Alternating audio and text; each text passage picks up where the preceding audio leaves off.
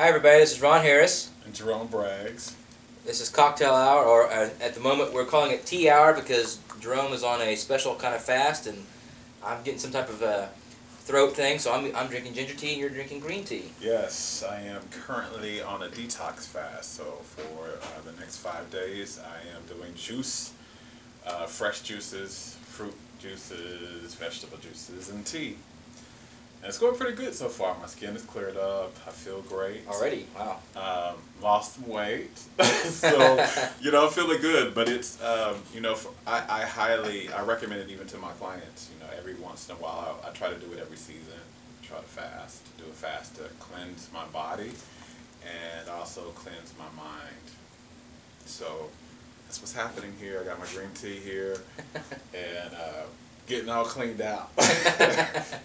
Well, we got a special episode here for you guys. We're calling it the 30-Day Life Transformation.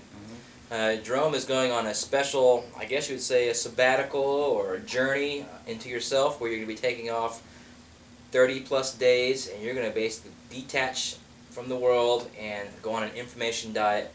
And so we're going to talk a little bit about that. Yes. Some of the techniques that he's going to be doing and also what he wants to accomplish out of that. So continue watching, click on any links that you need to click on to watch the rest of this video. Jerome? Are we starting with what's happening here? Well, unless you want to cover something that's what's positive, what's anything good that's happening right now, right before you take this journey? I will say something that happened today that's kind of fresh in my mind. I am a coach. I'm a business success mentor and a personal life coach. And I work with clients, but I couldn't coach people if I didn't have a coach. I believe in coaching that much. I believe that it changes people's lives that much. That not only do I need to not only is my life about depositing into other people and pulling them up, but I'm also about getting deposited into and getting pulled up myself. So I had a coaching session today. My personal life coach. Your coach, my right? My coach that coaches me on my business and on my life. And I had a really great session, and I had a really big breakthrough, and I was really happy to have that session today right before I'm getting ready to go into this 30 days of total life transformation. So I said that, for all of those people out there, I am adamant. I think coaching is going to change the world. I think that when you have somebody who can see your dark places and can speak life into your directions and tell you where you're sabotaging yourself and give you the techniques and things that can help you move from point A to point B and create the life you dream about, that's awesome. That is awesome. And I don't know any person out there who is highly successful that didn't have something like that. Right. So I just, I'm kind of flying high a little bit today because my session was so great. I had a really big breakthrough. And it's coming right on the heels of this thing. So some of the things I learned today, I have all kind of great techniques and things like that, but sometimes you just need another perspective. Right. And he was able to give me another perspective and give me some things that I'm really excited about. So I'm ready, I'm ready for this transformation. And I guess we can talk about kind of, what this is. I'm getting ready to go on a journey, if you will, a 30-day life transformation. And it sparked it happened because I went to California. Now, I'm a strong believer, and I had just written an article on, in order to get ahead, you have to know when to pull back. So I had just kind of, in the beginning of the year, I made a decision that I was going to travel. I was going to go to California and go, travel in the mountains and just kind of, be in my space. Part of it because you're working your butt off too, right? I've been working my butt off, right. And there have been many studies that have shown that highly successful people and highly productive people take time to pull back. They looked at people who worked in a day, like an 8-hour day or whatever, and they looked at the people who worked 90% of the time. They spent all those hours right. working straight through, nose to the grind, whatever, and looked right. at their productivity, they looked at their personal satisfaction, and they looked at, their well-being. And then they looked at the individuals who had, periodic times where they kind of just relaxed. They took 15 minutes to go for a walk, or they took, they worked for 90 minutes and then for 15 minutes right. they sat down and had some tea, or they sat at their desk and did some deep breathing or meditation or something right. like that. And what they found was the people that did that, that took the breaks, the strategic pauses is what they called it. Strategic pauses. Strategic pauses. Pauses. Yes. Okay. And they found that those people were significantly more productive, they were significantly happier, and they were significantly healthier. And so, I am a strong believer in not just doing that in your day, taking many times in your day to deposit it to you. That's how you serve from a full cup. I'm a strong believer in serving from a full cup. Not just, serving. Most people, just like this teacup, they serve from a half cup. They're giving, but they're not pouring back into the cup to make sure it's full. And I'm a believer in serving from your overflow, not just serving from the cup. Right. Because if you're serving from the cup, you're draining the cup. And the cup is your energy, your life, your happiness. It's like if this cup had a saucer, you keep what's in the cup, you serve what comes in the saucer. Right, overflow. But how do you get overflow? How does one person get to a point where, there's a difference between me time and recovery time? And recovery time is what most people operate in. They work, they go. It's nose to the grind, and at the end of the day, they're just like, I just want to sit on the couch and veg and watch some TV. And blow a lot more time than they expect. And that's recovery time, where you're just trying to get back to functional. Me time is when you have deposited into you and you have more than enough energy, you're not drained, you're not feeling like there's a million different straws, or like there's, different places pulling you, or that everybody has a straw and they're sucking out but nobody's giving in. Right. Me time is that point where you take time out in every day to do something you love. You take time out to do something that deposits and nourishes you. And so, having said all that, I believe that not only do you need that in your day, but there's some times where you need to pull back from everything and take some time out. And it's more often that time is when it doesn't make sense. I have so many things to do, and I have all that. Right. And I was finding myself with all these projects to do, all these great things that I love, but I was realizing I needed to follow my own advice. Right. And I needed to pull back, and I needed to deposit into Jerome, and I needed to nourish Jerome. Right. So I took some time to go to California. And before I went, I had some, in my meditation, I'm a strong believer in meditation. So in my meditation, I had asked, please show me in this time in California, whatever it is in me that needs to be healed and that needs to be transformed to move to the next level of my life. I have a big dream. I'm creating my vision board for this year. I have big goals, big dreams for what I want to accomplish.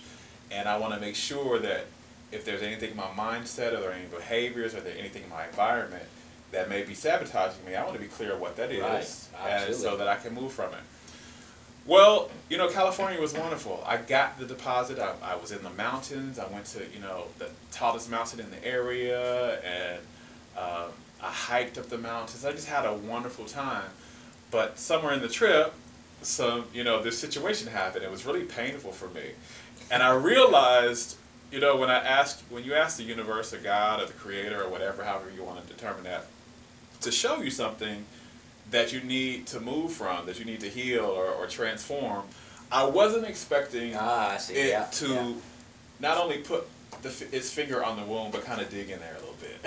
And that's kind of what it felt like. It felt like the universe was digging in. Be careful what you ask for. Be careful. I don't say be careful what you ask for because you're going to get it. I always say be prepared for what you ask for because you are going to get it. You are going to get it, right. So I am grateful that it happened like that, because this is something that I realized that this was a pattern that had been happening all of my life, and this was one area that I hadn't really focused on. I'm really good at doing my inner work, doing my transformation, doing my mind stuff, healing old wounds, forgiveness. I understand that all of that stuff contributes to not only your personal success, but your business success. But this was one area that I hadn't really focused on. I really realized, and I hadn't been focusing on it because I had been really focusing on other areas, so this wasn't active. But it was active in California. And I realized this was huge. It was bleeding out into all of the other areas of my life. And it was almost like a wound. And I remember, I think Iyanla Bonsan said something about your wounds, your emotional and internal wounds, if you don't heal them, they tend to bleed out into everything else. And so I realized this was bleeding out. And if I didn't heal it, and if I didn't, not just heal, but if I didn't transform it and develop a new way of thinking, a new way of behaving, a new way of believing around this issue, I wasn't going to get forward. And that's kind of interesting. It's like a timeline. You may think you're at the pinnacle of your success or health or whatever you're at, and then something nudges you and you realize you've got more to go. So if you look at a timeline of people who are famous or whatever they have ups and downs. They may be very successful here, but their potential could be way up here. And so you keep seeing it, like Steve Jobs, who just recently passed away. His mentor was the guy who started Intel. So he was being mentored from one of the founders of Intel, the processors and stuff like that. So it's pretty interesting that you bring that up about having a coach and then helping you.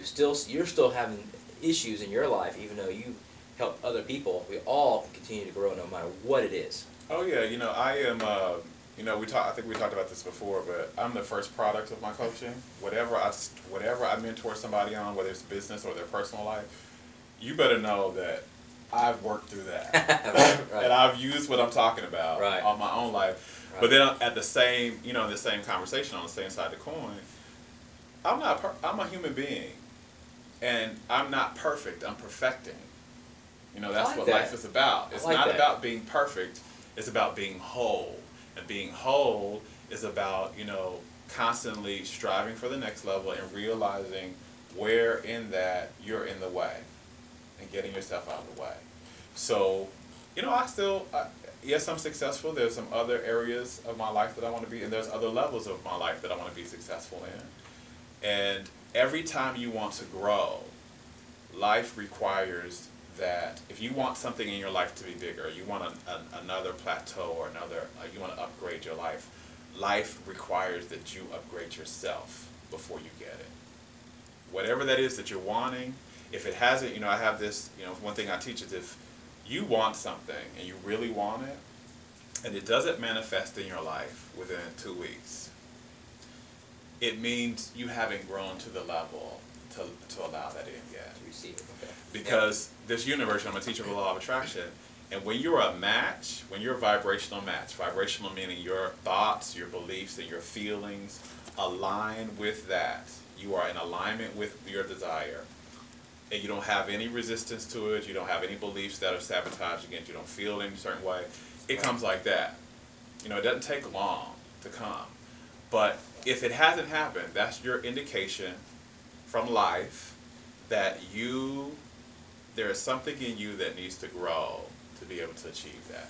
One of the groups that I'm a part of is, they're not really into the law of attraction, and so I'm slowly, I just can't tell them exactly what it is. I'm slowly giving them examples of how it's working in my life and let them figure it out on their own until they're ready to understand. When they ask me, what is this that you're doing, then I'll tell them. Otherwise, I'm just giving them little nuggets, a little bit of belief, and giving them real world examples where I ask for something, and it kind of happens. They don't know what it is yet, but they keep seeing these things. And so I'm gonna start telling them ahead of time when I'm gonna ask for these things, and it's going to happen. Yeah, the law of attraction is real. It's not philosophy, it's not theology. It's actually real, and science has proved it. Science has found it.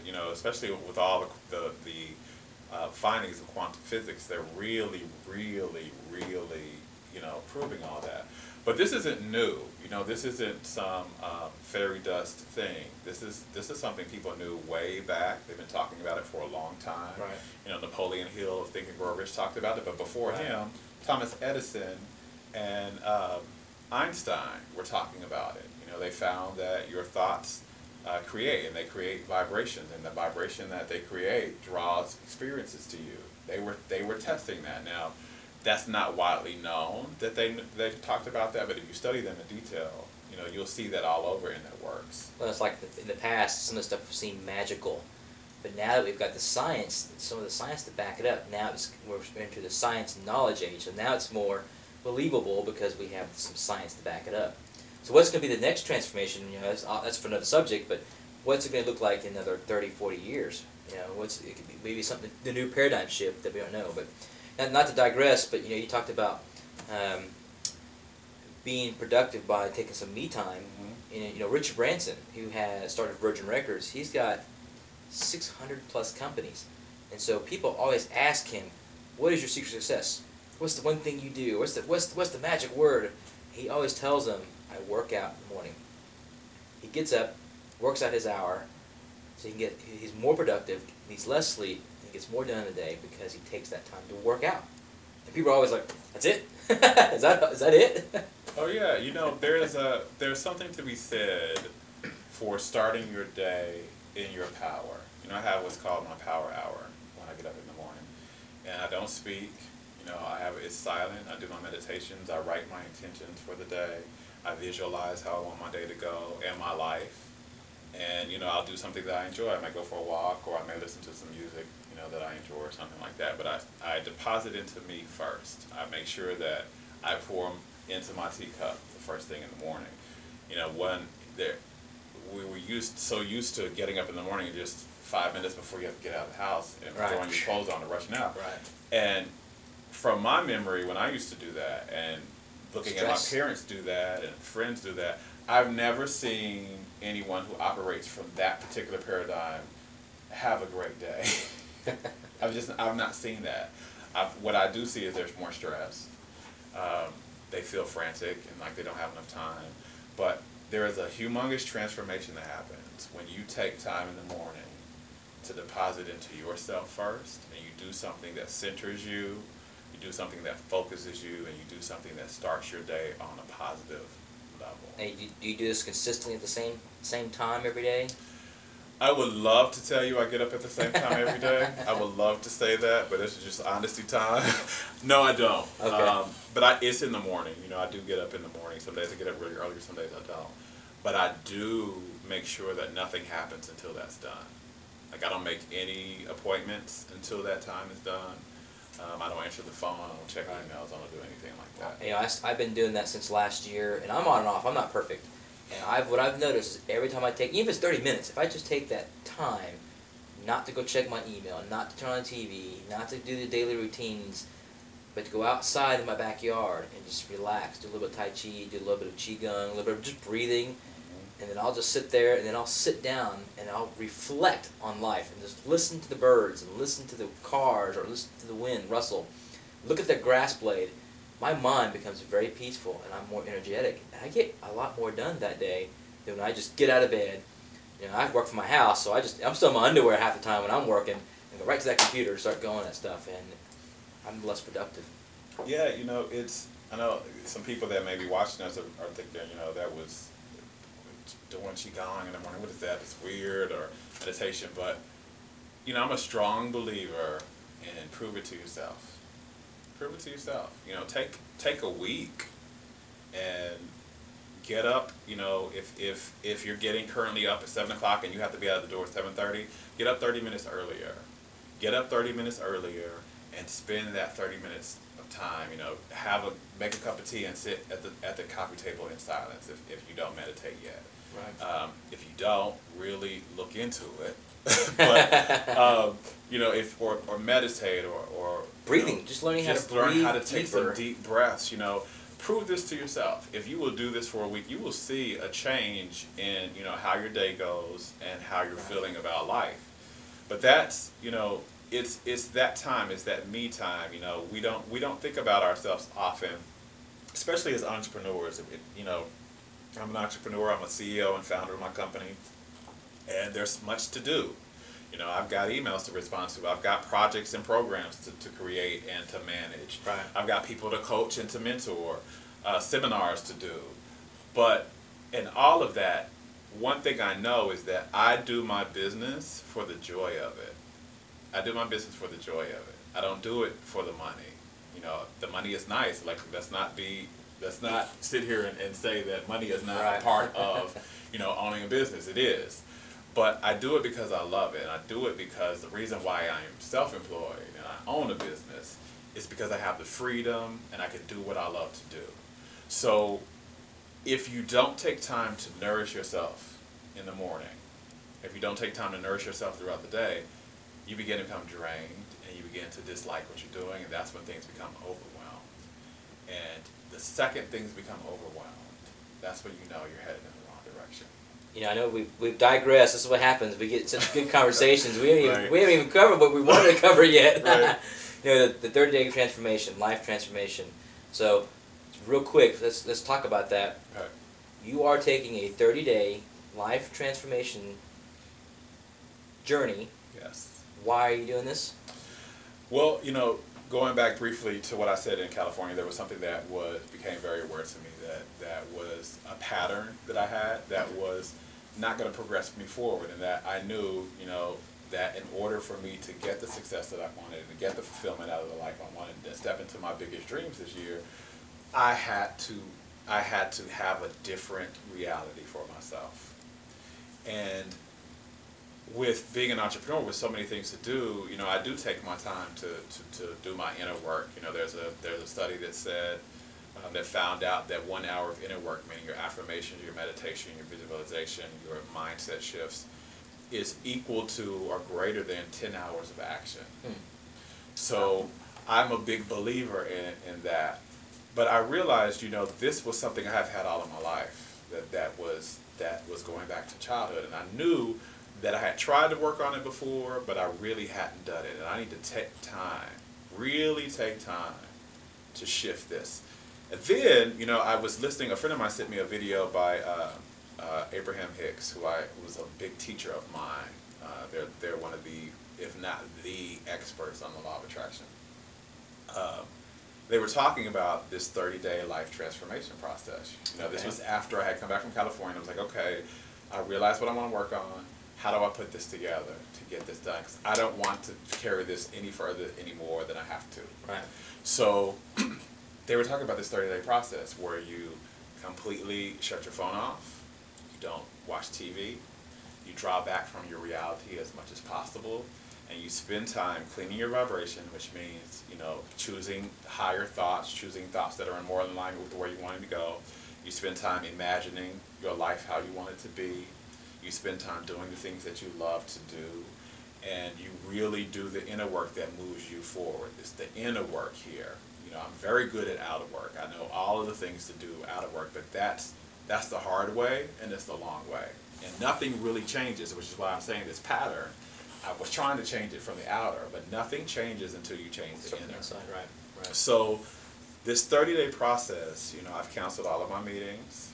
I am turning off my phone and not answering that. And I got to tell you, as an entrepreneur and as the person who's at the head of my business, that was a little scary for me to think about in the beginning, to turn my phone off, to not answer emails, and kind of go into a space where I am dedicated completely to being a completely different person, to upgrading who I am, how I think, how I feel, how I respond. Right. And when you do that, life changes when you change. When you change your perception, when you change your beliefs, life has to respond differently to you. That is a guarantee. That is a universal law.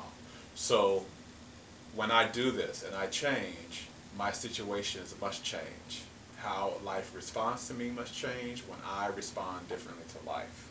So that's what I'm looking forward to. We'll know in 30 more days from now. You'll know. You'll either, this is my accountability here.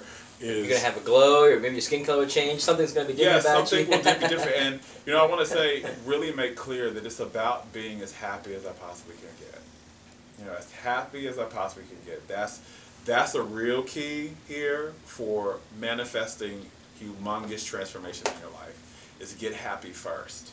Do what is making you happy. And so, what thoughts do you need to think? What do you need to stop thinking? What do you need to do more of?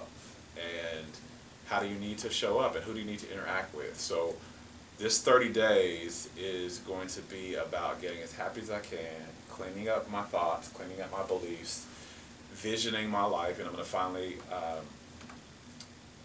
truth time, I teach people to have their vision board done the first week of January. Well, mine's not done.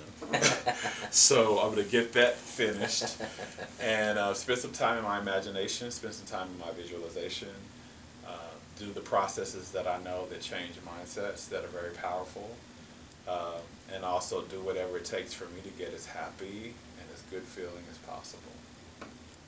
Awesome. So are there any, you mentioned what was the gentleman's name? Abraham. Abraham Hicks. It's a couple. Hicks. Although Jerry just passed, he just made his transition, so it's just Esther Hicks. But for all of you out there who are, wanting to learn about the law of attraction, that's a good place to start. They are the experts on it. You will know everything you need to know about it. Okay. Now, is there any other techniques that you're going to be doing? Anything you may be experimenting with in this process? Well, I'm going to. Yeah, there's a few. Yeah. Some of the things. One of the things that will transform your life that I realized that I do, but I wanted to do more of, is to keep a book, a little journal, if you will, about positive aspects of things that I appreciate, and write in that as many times as you can during the day. Like, I try to do it 3 times a day. So in the morning, here's what I appreciate, and I write everything in my life that I appreciate.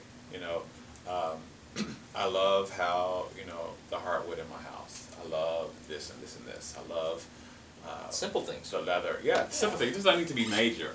But write the things, and anytime something happens in your day that you really feel good about, like today I said I loved my session with my mentor, my coach.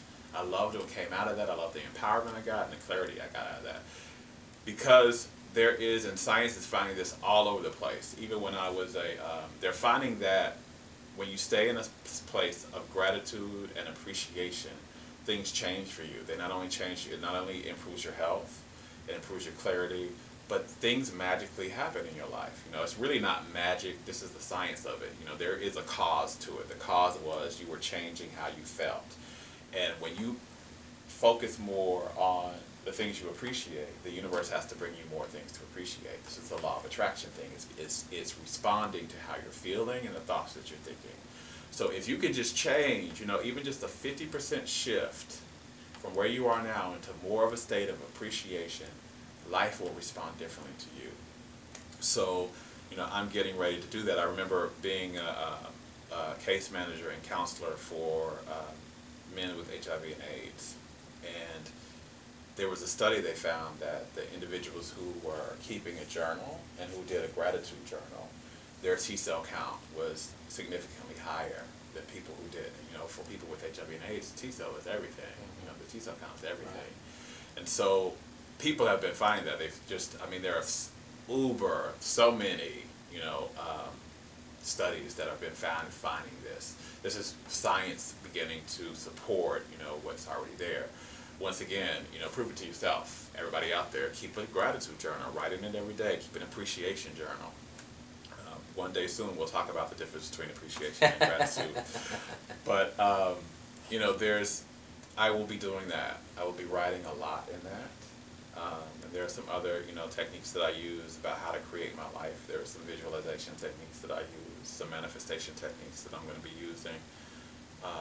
Those are another videos. Yeah, that's a whole big subject. I could take an hour just one of those. Just on one of those. They've been doing it for thousands of years trying to manifest things, and they've been studying that for years, and they have all kinds of materials on that. I'm going to be, this whole session, this whole 30 days, it's about creating the life I love and doing it the easy way, not the hard way. There we go. So, getting in alignment and all the things that it takes to get in alignment. Okay, awesome. So, is there any final words at all you may have about? All of you who see this video, send me some positive energy. Join me if you want to. This is 30 days of life transformation. If you are already following me, you read my blog, or you're a client of mine, and this is your first time hearing about this, which it shouldn't be, but if you are, then know that, I'm MIA for the next 30 days, and I will be a whole new person when I come out, and you will benefit from that. So keep in touch, and in 30 days from now, we'll have another video. Ron Harris and Jerome Braggs. Cocktail hour. Enjoy. Thank you.